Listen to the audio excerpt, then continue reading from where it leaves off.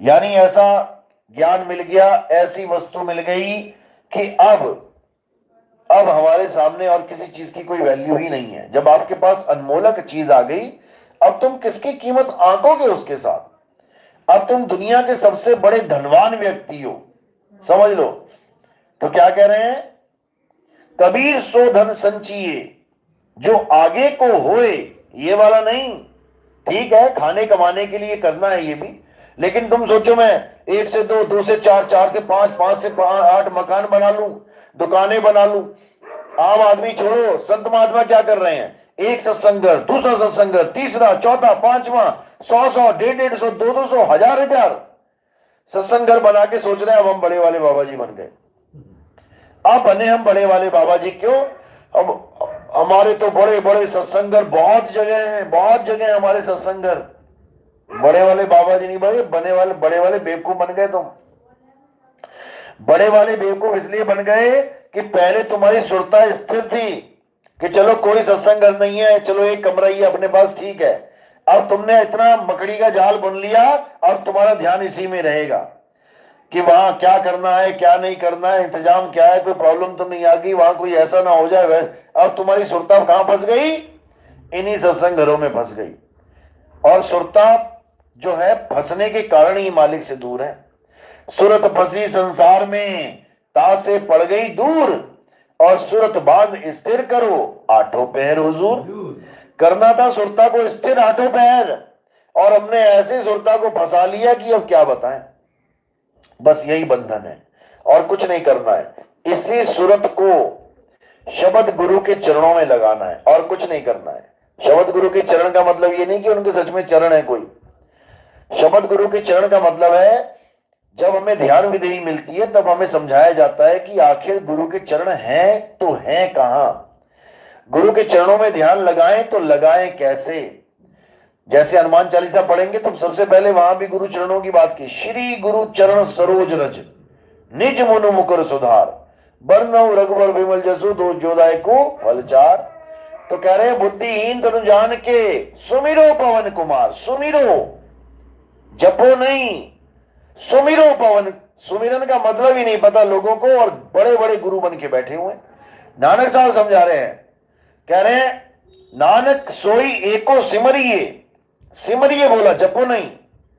एको सिमरो नान का जो जल थल रहा समाये, और वाही को क्यों सिमरिए जो जम्मे ते मर जाए।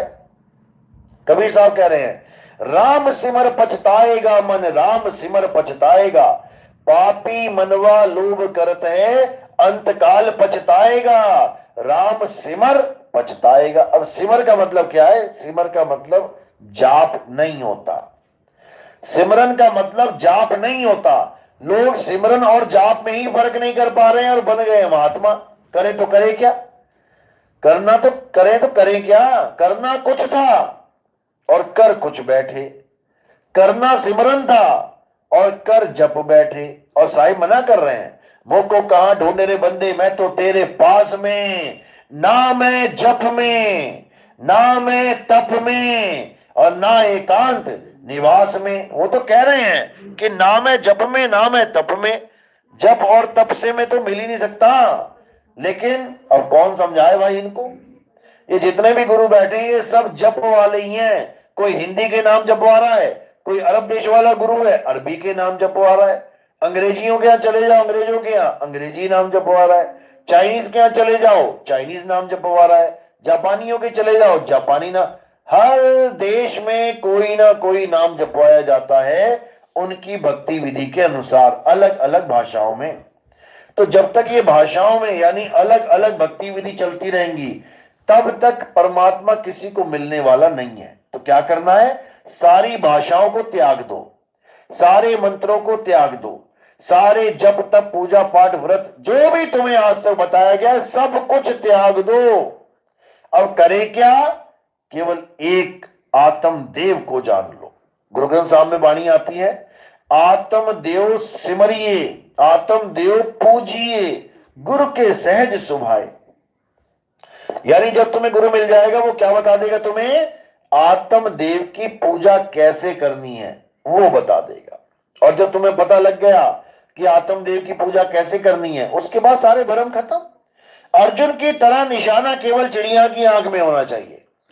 ये नहीं है कि वहां केवल आंख ही है, वहां पे चिड़िया भी है, उसकी चोंच भी है, उसकी पूंछ भी है, उसके पर भी है, उसके पैर भी हैं, वहां पर पेड़ भी है, तना भी है, वहां पर फल फूल भी है, पत्तियां भी हैं, लेकिन हमें क्या दिख रहा है? अर्जुन को क्या दिख रहा है?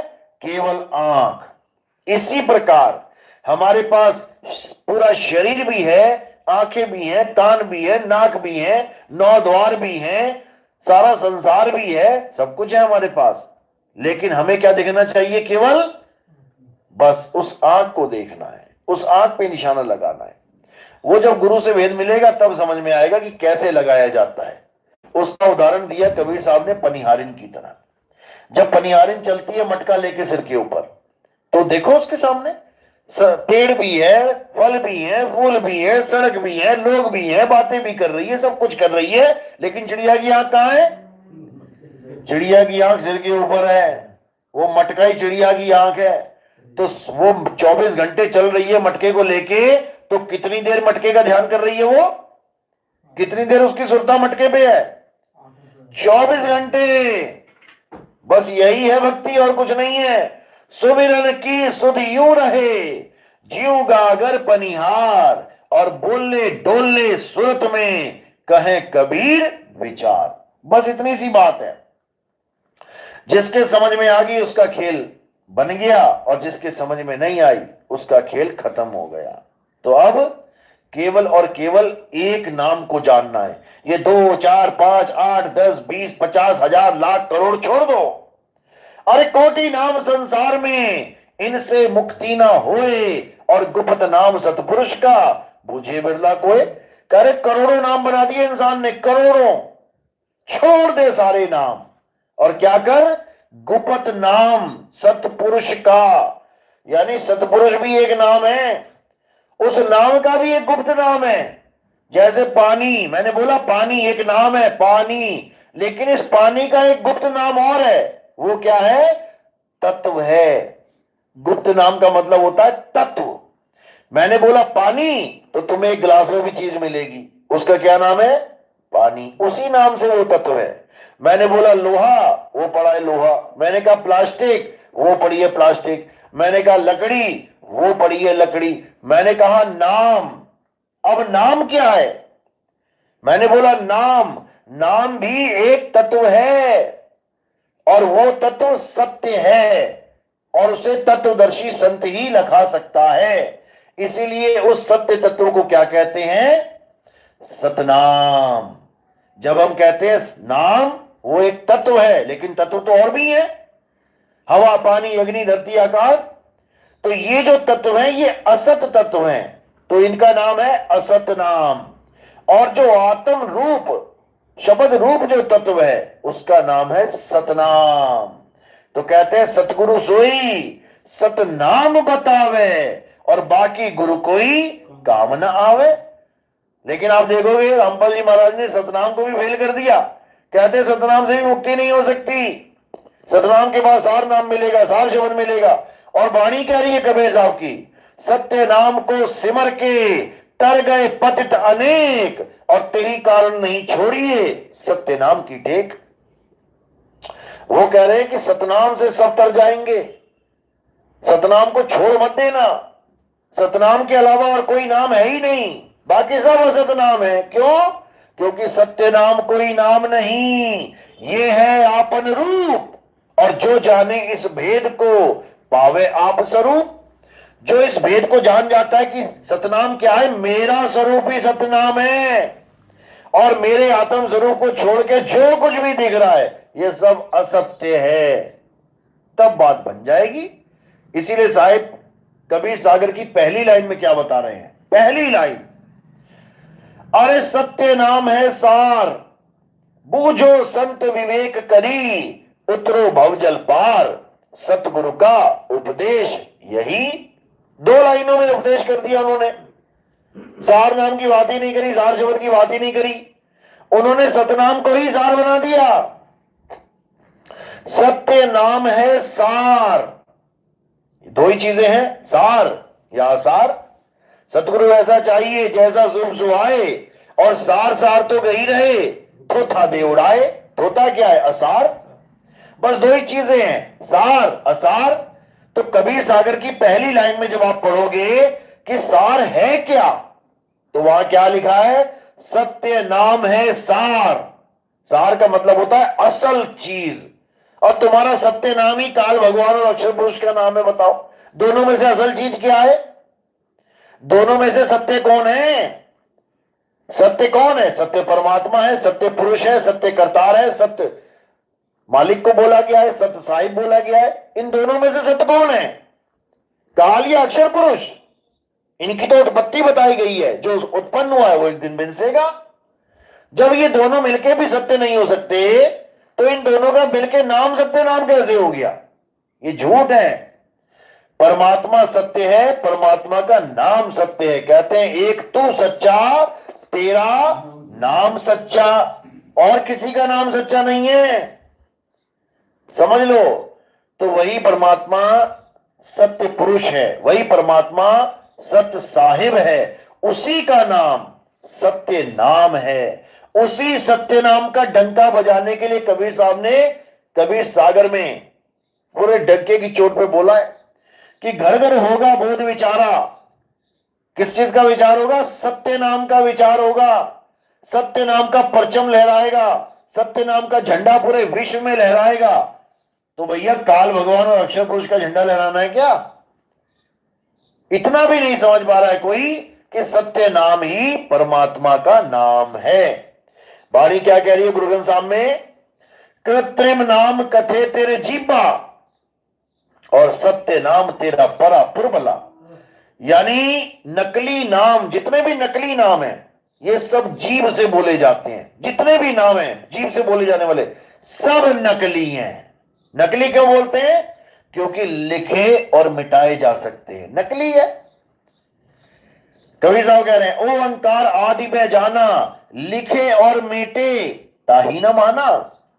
जो लिखने और मिटाने वाले नामों को जप के सोचता है कि मेरे मुक्ति हो जाएगी, बेड़ा पार हो जाएगा, कहते हम नहीं मानते उसको। हमारा नाम अलेख है, हमारा नाम कागज कलम से नहीं लिखा जा सकता है। कागज कलम कलेस राम रंग होरी हो, और वो अक्षर यामे नाही राम रंग होरी हो। 52 अक्षर लेख राम रंग होरी हो, और वो रहे शेष का शेष राम रंग होरी हो। अरे नहीं स्याही का काम राम रंग होरी हो, करे स्याही कलम कागज का कोई काम नहीं है उस नाम में। वो ऐसा नाम है, उस नाम को लखाने वाला संत तत्वदर्शी संत कहलाता है, और मंत्रों को जपाने वाला संत जपी कहलाता है। तपस्या कराने वाला संत तपी कहलाता है। जपी तपी सन्यासी से पीछा छुड़ाना है, और किसकी शरण में जाना है? उस तत्वदर्शी संत की शरण में जाना है, जिसके लिए बोला है गीता में अध्याय 4 34वां श्लोक, हे अर्जुन, अगर तुम सत्य को प्राप्त करना चाहते हो, अगर तुम सत्य को जानना चाहते हो, अगर तुम सत्य का अनुभव कराना चाहते हो, तो तुम ऐसे तत्वदर्शी संत की शरण में जाओ जिसने सत्य को यानी अपनी आत्मा को, आत्म स्वरूप को जान लिया है। वही तुम्हें तुम्हारे आत्म स्वरूप का भेद समझा सकता है, अन्यथा और कोई नहीं। बाकी तुम्हें नाम जपवा देंगे, आजा बेटा ये नाम ले ले, आजा बेटा वो नाम ले ले, आजा बेटा ये जप ले वो जप ले, आजा बेटा पानी में तपस्या कर ले, हवा में तपस्या कर ले, पहाड़ पे चढ़ जा, सब कुछ बता देंगे, लेकिन तुम्हें सत्य के साथ नहीं जोड़ सकते। और सत्य के साथ नहीं जुड़े तो फिर कुछ होने वाला नहीं है। इसलिए जो कुछ है वो सत्य है, सत्य के सिवा कुछ नहीं है। इसलिए हमें क्या करना है? हमें सत्य के साथ जुड़ना है, सत्य का संग करना है। सत्य का संग करेंगे तो सत्संगी कहलाएंगे।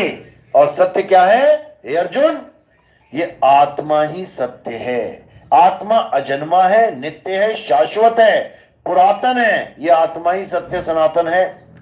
ये आत्मा अडोल है, अबोल है। ये आत्मा सदा सदा रहने वाली है। इसको कोई भी ना तो पैदा कर सकता है, ना इसको मार सकता है। तो बस इतना सा ही समझने की बात है। जो इसको समझ जाएगा उसका जन्म सफल हो जाएगा, जो नहीं समझेगा बेचारा वो इनकी शरण में रह जाएगा। जय सतनाम, जय सतनाम। खैर अच्छी बात है। गुरु मेरे सभी बड़े, अपनी अपनी ठौर, शब्द विवेकी पार की सो माथे का मोर। अच्छी बात है। रामपाल जी महाराज से कोई गिला शिकवा नहीं है हमारा, हम उनका भी आदर करते हैं, क्योंकि उन्होंने भी बहुत से भगत समाज को इन भूत प्रेतों से, इन चुड़ैलों से, चंडालिकाओं से, पता नहीं किस किस की पूजा करता रहा ये इंसान। बकरों की बलियां देता रहा, मुर्गों की बलियां देता रहा, नशों में डूबा रहा। हम उसको भी अच्छा मानते हैं जिस गुरु ने इतना ज्ञान दे दिया कि भाई इन चीजों को त्यागो। देवी देवताओं की पूजा में सब उलझे पड़े थे, जबकि गीता बार बार समझा रही है, अध्याय 7 बार बार समझा रहा है, हे अर्जुन जो देवी देवताओं की पूजा करता है वो अल्प बुद्धि जीव है। अध्याय 7 23वां श्लोक पढ़ लो। उनको ज्ञानी पुरुष नहीं बोला, अल्प बुद्धि जीव है। देवताओं की पूजा करने वाले देवलोक को जाते हैं, पितरों की पूजा करने वाले पितरलोक को जाते हैं, भूतों की पूजा करने वाले भूतों के यहां जन्म लेते हैं। मेरे भगत जो मुझे तत्व रूप से जानते हैं वो कहीं नहीं जाते, वो मुझे प्राप्त करते हैं, यानी आत्म स्वरूप में सिद्ध हो जाते हैं। उसी आत्म स्वरूप में सिद्ध होते हैं जिसका भेद एक तत्वदर्शी संत बताता है, ना कि कोई मंत्र जपवाता है। अध्याय 3 17वां श्लोक, हे अर्जुन जो अपनी आत्मा में रमण करते हैं, जो अपनी आत्मा में तृप्त हैं, जो अपनी आत्मा में संतुष्ट हैं, उनके लिए कोई धार्मिक कर्म कर्तव्य लागू नहीं होता। अब ये लोग इतनी बात नहीं समझ पा रहे कि यहां बोला जा रहा है जो अपनी आत्मा में रमण करते हैं, अपनी आत्मा में रमण, तो रमण कौन करेगा? इनको यह समझ में नहीं आ रहा है। जब हम अपनी आत्मा में रमण करते हैं इसका मतलब क्या होता है कि हम अपने नकली स्वरूप को छोड़ के असली स्वरूप में समाते हैं। समाने को कहते हैं रमण करना, रम जाना। कहते हैं ये तो इसी में रम गया, यानी अब अपनी सुधबुद्धि नहीं है इसको, ये रम ही गया। इसीलिए रमने का नाम ही राम है। राम नाम कैसे पड़ा है? रमने का नाम राम है। जो परमात्मा में रम जाए समझो वो राम हो गया। इसी को समझाया गया है कि कस्तूरी कुंडल बसे मृग ढूंढे वनमाही, ऐसे रमता राम है। रमता मतलब रमण करने वाले, ऐसे रमता राम है ये दुनिया जाने नहीं। तो अब क्या करना है? अब हमने अपनी आत्मा में रमण करना है। आत्मा में कहने का मतलब है परमात्मा, और रमण कौन करेगा? जीवात्मा। इसमें भेद नहीं समझ पाता इंसान, करे तो करे क्या। जब मैं कहता हूं आत्मा, उसको तुम समझो अचल आत्मा। अचल आत्मा यानी जो हिलती डुलती नहीं है, जो एक जगह स्थिर है, जो सदा सदा अचल है, जो कभी डोलती नहीं है। आत्मा अडोल ना डोल ही, गुरु के सहज सुभाए। वो आत्मा अडोल है। और जब मैं कहता हूं कि रमण करना है तो किसने रमण करना है? जो हिल और डुल रहा है वही तो रमण करेगा। तो जो हिल और डुल रहा है वो रमण करेगा, तो वो कौन है? जीव। वो उसी का अंश है। ईश्वर अंश जीव अविनाशी। अब उसका ईश्वर कौन है और जीव कौन है ये समझना पड़ेगा। जीव वो है जो चल रहा है।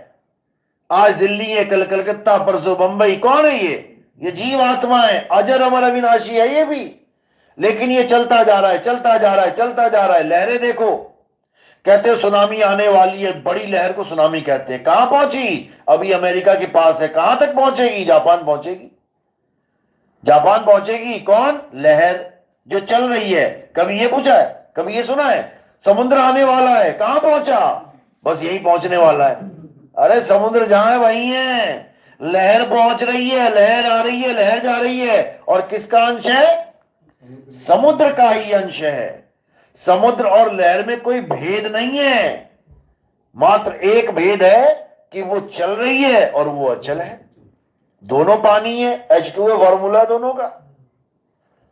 इसी को समझाया जा रहा है। इसी भेद को खत्म कर देना है। जैसे समुद्र और लहर का भेद नहीं है, केवल चल और अचल अवस्था का भेद है, ऐसे ही परमात्मा और संत का भेद नहीं है। हरि का सेवक हर के जैसा, भेद न जानो मानस देहा। कहते शरीर को मत समझ लेना कि संत बैठा है। संत शरीर नहीं है। कौन है संत? हमारी आत्मा। हम संतन के जीव, और संतन हम में रमी रहे, जीव माखन में घी। कहते हैं शरीर मत समझ लेना उनको। वो शरीर के पीछे एक ताकत बैठी हुई है जो तुम्हें तुम्हारा स्वरूप बता रही है, उस ज्ञान को समझना है। इसी प्रकार लहर को समुद्र में कैसे समाना है, इस ज्ञान को जान लो बस। चल अवस्था को कैसे अचल अवस्था में प्रवेश कराना है, ये समझ लो। रामपाल जी महाराज की एक किताब है गहरी नजर गीता में, आप उसमें अध्याय 2 24वां श्लोक पढ़ोगे, उसमें उन्होंने क्या भावार्थ किया है, बहुत अच्छा किया है, लेकिन खुद नहीं समझ पाए क्या कर दिया। क्योंकि नकलमारी होगी कहीं ना कहीं से, पक्की बात है। क्योंकि अगर अपनी बुद्धि से लिखा होता तो कभी लिख ही ना पाते वो बात जो वहां लिखी है। क्योंकि उनका सत्संगी भेद पे है कि आत्मा में परमात्मा में भेद है। आत्मा 16 सूर्य का रोशनी लेके चलती है, परमात्मा के एक एक रोमकूप में हजारों करोड़ों अरबों खरबों सूरज चमक रहे हैं। कहते कि नहीं कहते हैं? यानी आत्मा और परमात्मा में कभी भेद खत्म हो ही नहीं सकता। वो 16 सूर्य वाली कभी करोड़ों सूर्य की रोशनी दे ही नहीं सकती। और वहां क्या लिखा है, जहां पे अध्याय 2 24वें श्लोक में क्या लिखा है कि वो परमात्मा अचल है, सदा स्थिर रहने वाला है। ये भी नहीं समझ रहे कि लिख क्या रहे हैं। अगर वो अचल है और सदा स्थिर रहने वाला है तो सतलोक से चल के यहां कैसे आ गया? वो कबीर को तुमने कैसे टहला दिया घुमा घुमा के गली गली में? अगर वो अचल है, अचल का मतलब तक नहीं समझ पा रहे। अचल का मतलब क्या होता है? दो संपत्तियां होती हैं, एक चल संपत्ति होती है और एक अचल संपत्ति। चल संपत्ति क्या होती है? जिसको एक जगह से दूसरी जगह आप शिफ्ट कर सकते हो। आज सतलोक में बैठा है, कल को मृत्यु लोक में बैठा है। समझ में आता है? चल संपत्ति है। लेकिन जो संपत्ति अचल है, राजा का महल चल संपत्ति है कि अचल? अचल है। कोई कह सकता है कि जोधपुर का राजा था, उसने अपना महल उठा के जयपुर में शिफ्ट कर दिया? अरे भैया, वो अचल है। परमात्मा अचल है। वो एक उंगली भी नहीं चल सकता, एक इंच भी नहीं चल सकता, एक माइक्रो मिलीमीटर भी नहीं चल सकता वो, क्योंकि वो है ही अचल। लेकिन उसकी लीला न्यारी है। वो बिना चले ही चल जाता है, वो बिना चले ही प्रचार करवा देता है। वो उसकी लीला है, उसका भेद अलग है। लेकिन वो परमात्मा नहीं चलता। कबीर साहब खुद गवाही दे रहे हैं, आवे न जावे जन्मे नहीं मरे, सो निज पीव हमारा हो। कहते जो मेरा पीव है वो आता जाता नहीं है। आप देखोगे संकेत तो बहुत दिए कबीर साहब ने। रानी इंदुमती के साथ जो गए, सतलोक में बताते हैं कहानी में कि सतलोक में लेके गए रानी इंदुमती को। अब रानी इंदुमती को जो लेके गए तो रानी इंदुमती ने क्या देखा कि एक परमात्मा बैठा है तख्त पे। वो परमात्मा होगा और ये जो कबीर साहब हैं ये उसके कोई दास होंगे। कहते वो इतना ही सोच रही थी, इतने में क्या हुआ, वो परमात्मा खड़ा हो गया और कबीर साहब जाके सिंहासन पे बैठ गए। अब वो परमात्मा कबीर साहब के चवर करने लग गया। यानी जो मालिक है वो दास के चवर करने लग गया। उसके बाद क्या हुआ, उसके बाद वो कबीर साहब के बीच में ही दोनों एक साथ बैठ के समा गए। यानी वो एक हो गए, समझो। यानी वो एक हो गए, अब उनमें कोई भेद नहीं रहा। ये उनको समझाने का तरीका था कि मैं आया तो हूं तेरे पास, लेकिन मेरा स्वरूप ये नहीं है दासों वाला।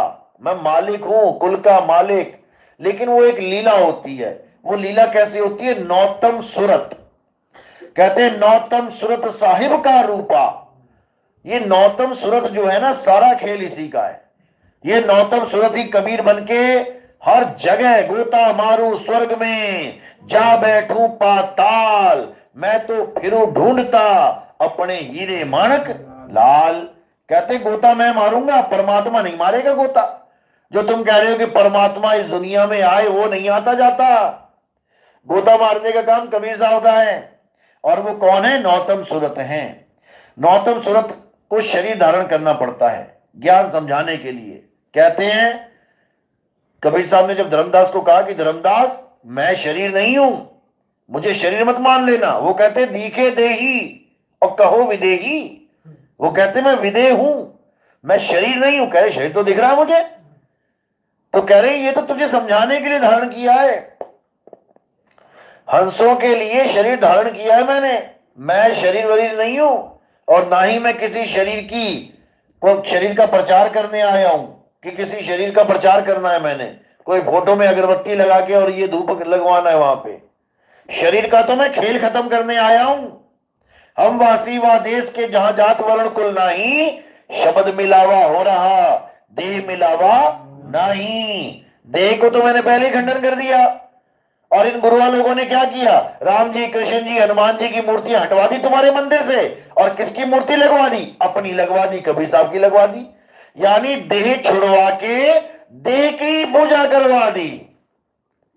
समझो चक्कर ये है, देह छोड़ के देह ही पूज रहे हो, जबकि करना क्या था, देह छोड़ के शब्द की पूजा करनी थी, शब्द को जानना था। तो कहते हम वासी वा देश के जहां जात वर्ण कुल नाही, सैन मिलावा हो रहा शब्द मिलावा नहीं। क्योंकि शब्द देने वाले भी कई गुरु बन के बैठ गए, हमसे शब्द ले लो, हमसे शब्द ले लो, हमसे ले लो, और देने क्या लगे, यही 52 अक्षरी शब्द। तो कबीर साहब ने शब्द का भी खेल खत्म कर दिया। कौन से शब्द का, 52 अक्षरी शब्द का। अरे 52 अक्षर लोक त्रय सब कुछ इन्हीं माही, ये आकर खिल जाएंगे वो आकर इनमें नाही। यानी 52 अक्षरों का नाम नहीं चाहिए हमें, हमें कौन सा नाम चाहिए, सतनाम चाहिए। अब वो सतनाम कैसे मिलेगा, क्योंकि 52 अक्षर तो देने नहीं है। अब सतनाम कैसे मिलेगा, सतनाम मिलेगा इशारे से, सैन से। आपके घर में कोई भी वस्तु है और वो खो गई है, किसी को पता है वो कहां पड़ी है, वो इशारा कर देगा। आपका मोबाइल गिर गया बेड के पीछे, दीवार और बेड के बीच में गिर गया, आपको नहीं पता, किसी और को पता है, आप ढूंढ रहे हो कहां है कहां है कहां है, उसने एक इशारा करना है बेड के नीचे, वो देख उधर, बिना बोले, और आप सीधे वहीं पहुंच जाओगे। इसको सैन कहते हैं, सैन। हम वासी वा देश के जहां जात वर्ण कुल नाही, सैन मिलावा हो रहा शब्द मिलावा नहीं। शब्दों को भी छोड़ दो, हटा दो, सारे 52 अक्षरों को छोड़ दो, अब सैन को पकड़ो। कहते हैं है प्रगट पर दिखत नाही, सतगुरु सैन सहारा हो, आवे न जावे जन्मे नहीं मरे, सो निज पीव हमारा हो। फिर समझा रहे हैं, कह रहे बिना सैन तेरी मुक्ति ना होवे, तू जीवित मर जा अवधूता। बिना सैन तेरी मुक्ति नहीं हो सकती। क्यों, क्योंकि हमारा शब्द बोलने लिखने पढ़ने वाला नहीं, हमारा शब्द एक वस्तु है, और वस्तु तेरे पास है। मोह को कहां ढूंढ रहे बंदे, मैं तो तेरे पास में, वस्तु तेरे पास है, और तू पास पड़ी वस्तु का नाम जपने में लगा हुआ है। अरे जो मेरे पास है मुझे बताओ ना कहां पे है, खेल खत्म हो जाएगा। तो वो वस्तु कहां है, मेरे पास में है। उस वस्तु का ज्ञान करवाना है सैन के द्वारा, इशारे के द्वारा। जैसे ये डब्बा मेरे पीछे पड़ा है मेरे पास में, मेरी नजर में नहीं आ रहा है, अब ये मेरे पास है लेकिन मेरे किसी काम का नहीं आ पा रहा है। क्यों, क्योंकि मुझे इसका भेद नहीं पता। अब जो भेदी होगा वो इशारा कर देगा, देख भाई पीछे ये, जब मैं पीछे देखूंगा तो वस्तु मिल जाएगी।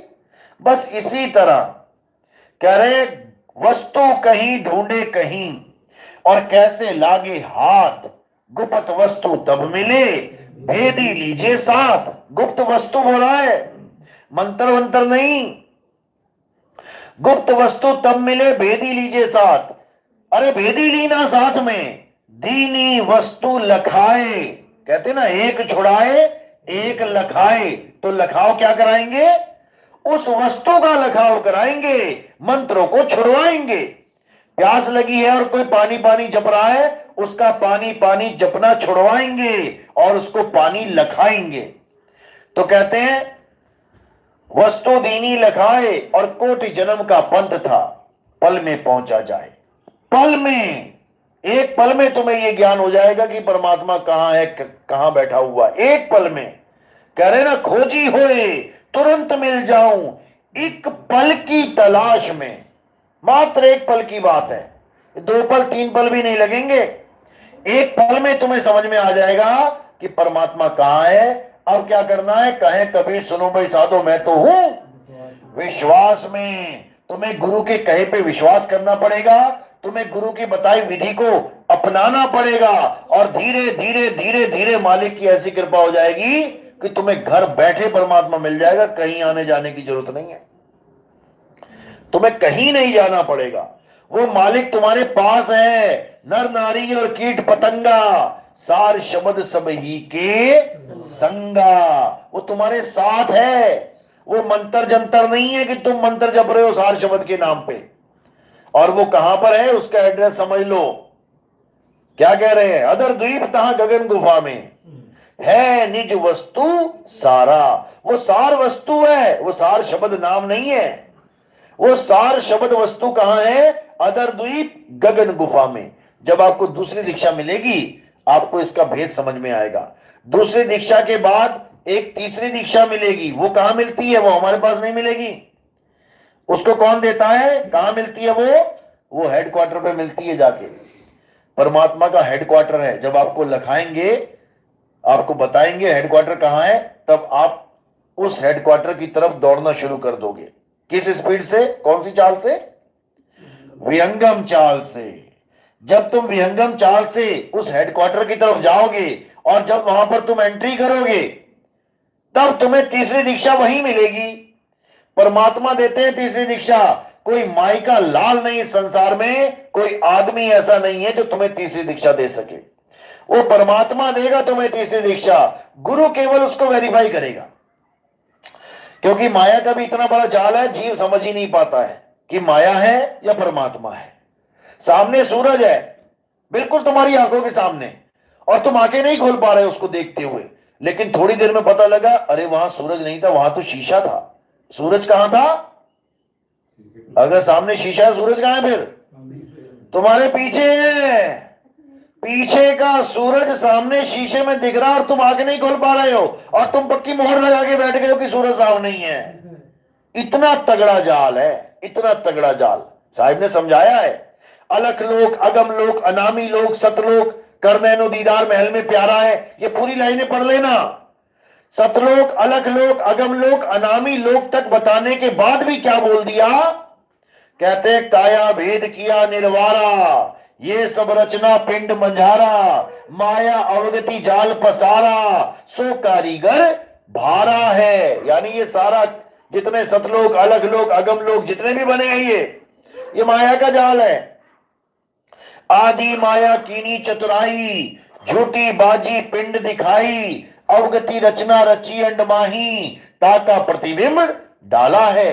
कहते माया के लोक में जाना है तो क्या करना पड़ेगा? इंगला पिंगला सुषमना में घुस जाओ। बस तुम एक बार तुम इंगला पिंगला सुषमना में घुस गए, माई का लाल नहीं इस दुनिया में कोई तुम्हें बचा सके। अरे जमराजा की फौज खड़ी है त्रिवेणी के घाटी मेरा मन, कहते निकल यहां से। यमराजा की फौज खड़ी है, इतने रूप खड़े हैं वहां पे, तुम्हें कोई ना कोई रूप फंसा लेगा। इतने रूप खड़े हैं, यहां तक कि गुरु का रूप लेके भी वो निरंजन खड़ा हो जाता है, तुम्हें वहां पे अटका लेगा। ये जितने रामपाल जी के चेले हैं ये सब इंतजार कर रहे हैं गुरु जी का। पता है कहां पे? त्रिकुटी पे मिलेंगे गुरु जी।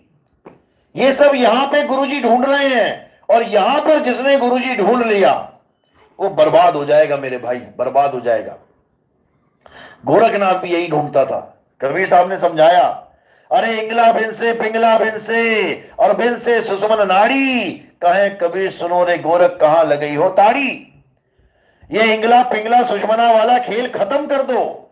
यहां पर गुरु नहीं, यहां काल विराजमान है। इंदुमती को काल कबीर साहब के रूप में आके ठगने के लिए आ गया, वही तुम्हें ठगने के लिए आएगा तुम्हारे गुरु के रूप में।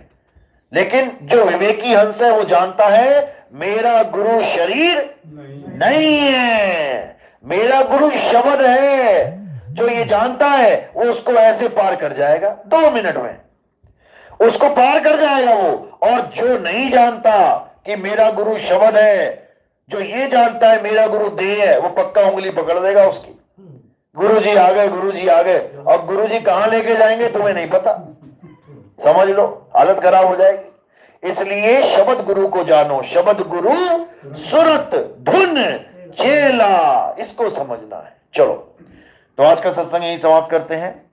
बोलिए परमपिता परमात्मा की, सदगुरु बंदी छोड़ कबीर साहिब की, सदगुरु मदनपति साहिब की, सदगुरु दुलमपति साहिब की, दीवान जवाहरपति साहिब की, सदगुरु राम अनुराग साहिब की, सदगुरु राम सेवक साहिब की, सदगुरु वरागपति साहिब की, कलीनापुर धाम की, सभी संतों की, सभी भक्तों की, आज के आनंद की, सकल हंस को बंदगी, साहेब बंदगी, सतनाम सतनाम। मेरे गुरु मित्र साहेब की जय। जय सतनाम, जय सतनाम।